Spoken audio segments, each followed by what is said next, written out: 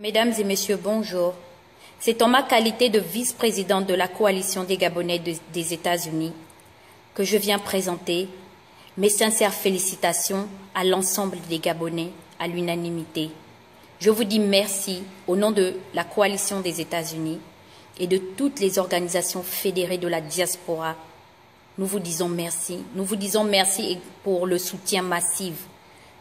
Lorsque nous avons regardé les obsèques de M. André Mbaobam, nous avons été surpris de voir plus de 200 000 Gabonais accompagner la dépouille de M. André Mbaobam.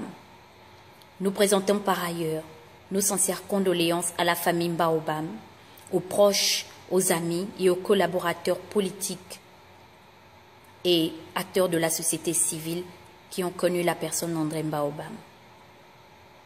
Depuis plus de 3 jours, les Gabonais ont été dans un état de peur et de crainte par rapport à un dialogue sourd entre le gouvernement et les populations. Étant un État souverain, nous, les membres de la diaspora et nos parents au Gabon, nous avons décidé de saisir les institutions diplomatiques pour avoir un dialogue cohérent. Et nous vous saluons d'ailleurs à l'ambassade des États-Unis, à l'Union européenne, à l'ambassade de France, au 6e BIMA, qui a par ailleurs participé avec un brillant effort à l'achalandement du corps de M. André Mbaobam vers sa localité natale. Nous exerçons un climat de tristesse. C'est pourquoi nous ne faisons que relayer les infos, autant pour moi, par rapport au décès de M. André Mbaobam. Ce matin, nous avons été contactés par l'ensemble des Gabonais sur le territoire national qui ont vécu un drame. Les Gabonais se sont vus tirer dessus. Les Gabonais ont reçu des bombes lacrymogènes. Nous demandons par ailleurs, qui peut tirer sur une population désarmée? Que s'est-il passé? Pourquoi depuis 3 jours, les Gabonais n'ont-ils pas exercé un climat de violence à l'égard des autorités militaires? Nous nous posons des questions. Par rapport aux images que nous recevons, nous appelons à un état d'urgence à tous qui vont regarder ces vidéos. Si vous savez que vous êtes acteur dans la dénonciation, dans les vidéos, dans le combat des droits des Gabonais actuellement, nous vous appelons à rentrer en contact avec la coalition des États-Unis urgemment, parce que nous devons prendre des décisions. Comme moi je l'ai dit, je l'avais déjà suggéré à M. Ali Bongo, que nous allons veiller sur nos populations. Ce n'est pas parce que nous sommes en territoire étranger que nous ne sommes pas concernés par rapport à ce qui arrive ou ce qui arrivera aux citoyens gabonais. Monsieur Ali Bongo, c'est une honte pour vous. Oui, Monsieur Ali Bongo, plus de 200 000 Gabonais sont allés, ils ont préféré aller demander l'aide de la France, aller demander l'aide de l'ambassade des États-Unis, aller demander l'aide de l'Union européenne pour pouvoir achalander le corps de M. André Mbaobam. Parce qu'ils ont été mis au courant que vous vouliez rentrer en contact pour vous incliner sur la dépouille de M. André Mbaobam. Mais, M. Ali Bongo, les Gabonais ont le droit de décider si vous pouvez avoir un contact et la famille de Mbaobam, un contact que la famille de Mbaobam vous a refusé. Le jour où vous avez fait la mascarade à la RTG chaîne 1, en disant que vous avez reçu la famille de Mbaobam, vous n'avez jamais reçu la famille de Mbaobam, M. Ali Bongo. Et la famille de Mbaobam s'est prononcée dessus. Et par ailleurs, vous avez envoyé Paul Biyogemba négocier avec la famille de Mbaobam. C'est parce que la famille de Mbaobam est encore au village. Les communiqués seront faits, il y a des témoignages. L'ancien premier ministre Paul Biyogemba a failli se faire lyncher par les populations énervées.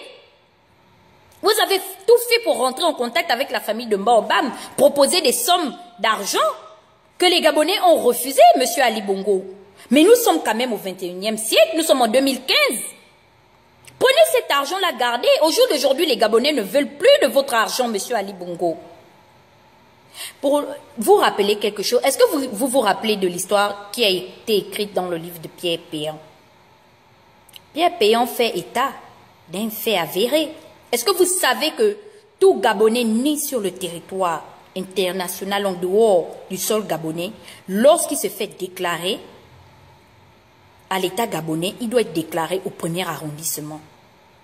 Vous avez été déclaré au 3e arrondissement, on se demande comment. Comment se fait-il que vous avez présenté un acte de naissance du 3e arrondissement à l'élection présidentielle qui a été validée par la Cour constitutionnelle? Au jour d'aujourd'hui, nous sommes en train de saisir Nantes pour avoir la copie de votre acte de naissance. Quand vous êtes allé prendre en otage le maire du 1er arrondissement, comme vous ne réfléchissez jamais, vous vous êtes dit qu'en inscrivant votre nom dans le registre de 1959, nous, peut-être, nous sommes assez durs pour ne pas aller fouiller Nantes pour avoir la copie. Vous n'allez pas aller aux élections, monsieur Ali Bongo. Vous n'irez pas aux élections. Et nous allons nous battre pour ça. Nous demandons au Parti démocratique gabonais de nous présenter un autre candidat. Vous tirez sur les Gabonais pour rien. Vous allez partir, monsieur Ali Bongo. Et vous savez que vous allez partir. Parce que c'est un échec pour vous. Du fait qu'au jour d'aujourd'hui, l'émission diplomatique ait accepté les doléances des populations gabonaises. C'est un échec pour vous. On vous avait dit que ces diplomates qui sont au territoire gabonais vous observent. Tout le monde a parlé de la mort d'André Baobam, sauf la télévision nationale, qui se doit d'être impartiale. Parce que c'est une télévision accréditée à tout Gabonais. Vous avez interdit que cette télévision puisse recouvrir l'événement de la mort d'André Baobam. Mais vous êtes les premiers à faire venir le conseiller du ministre de l'Intérieur. Faisons état d'une rumeur. Mais Ali Bongo, si la RTG avait recouvert cet événement, le fait que les populations aient été sous la psychose, de vous accuser que vous étiez sur le tarmac pour vous incliner, est-ce que vous savez que ça vous aurait dédouané? Le fait que ces obsèques-là soient retransmis en direct, parce que la télévision allait montrer que vous n'avez jamais été là-bas. Montrez-nous les preuves que vous n'avez pas été là-bas. Plus de 200 000 Gabonais sont donc alors idiots. Ils sont idiots, ils sont devenus paranoïaques de pouvoir vous soupçonner. Mais c'est même une honte. Ça, c'est une honte, Ali Bongo. Moi, à ta place, j'allais me cacher. Tu donnes le décret aux policiers de tirer sur les Gabonais par rapport à quoi? Tu mets le Gabon en état de siège. Tu déploies le plus gros arsenal de guerre que le Gabon n'ait jamais connu. Ali Bongo, est-ce que tu sais que tous les Gabonais qui sont venus attendre André Baobam, c'est pas les militants de l'Union nationale? Non, il y a même les Gabonais qui t'ont voté, mais qui ne peuvent plus te voir, qui ne te supportent plus. Ils sont sortis pour t'humilier. Pendant 3 jours, les Gabonais se sont baladés avec une dépouille. Ils ont préféré suivre un mort que de toi, Ali Bongo. Ils sont en train de te parler qu'ils n'ont pas eu besoin de 5 000. Non seulement ils ont acheté les t-shirts, mais ils se sont rendus massivement, jour et nuit. La plupart ont abandonné leur maison, leur travail. Nous allons saisir les Nations Unies. Je te l'avais déjà dit. Je t'ai dit qu'on te regardait. Tout le monde t'a regardé. Les États-Unis, la France. Je pense que quand ils ont conclu de nous ouvrir le tarmac de la base numéro 1 pour que les Gabonais assistent à l'embarquement de M. André Baobam, mais c'est parce qu'ils savent. C'est parce qu'ils sont en train de regarder comme nous. Je te l'ai dit dans ma dernière vidéo. Donc c'est pourquoi tous les Gabonais qui vont me regarder, qui sont dans la diaspora, veuillez rentrer en contact avec la coalition des États-Unis, des Gabonais des États-Unis, la CDG, tous les acteurs de la société civile, tous ceux qui se battent pour dénoncer tant bien que mal la crise et la dictature d'Ali Bongo. Nous rentrons en réunion à partir de lundi. Nous ne pouvons rien faire parce que c'est le week-end et c'est le 1er mai aujourd'hui. Parce que André Mbaobam est parti, c'est vrai, on va l'enterrer. On a maman Annie Léa et Georgette Toussaint et tous ces autres Gabonais qui ont été arrêtés. Il va falloir que nous puissions expliquer à l'opinion internationale qu'Ali Bongo a accusé les Gabonais d'avoir fait rentrer les armes. Ali Bongo ignore qu'avec le numéro de série qui sont sur les armes, nous pouvons mener une enquête pour trouver qui sont les acheteurs.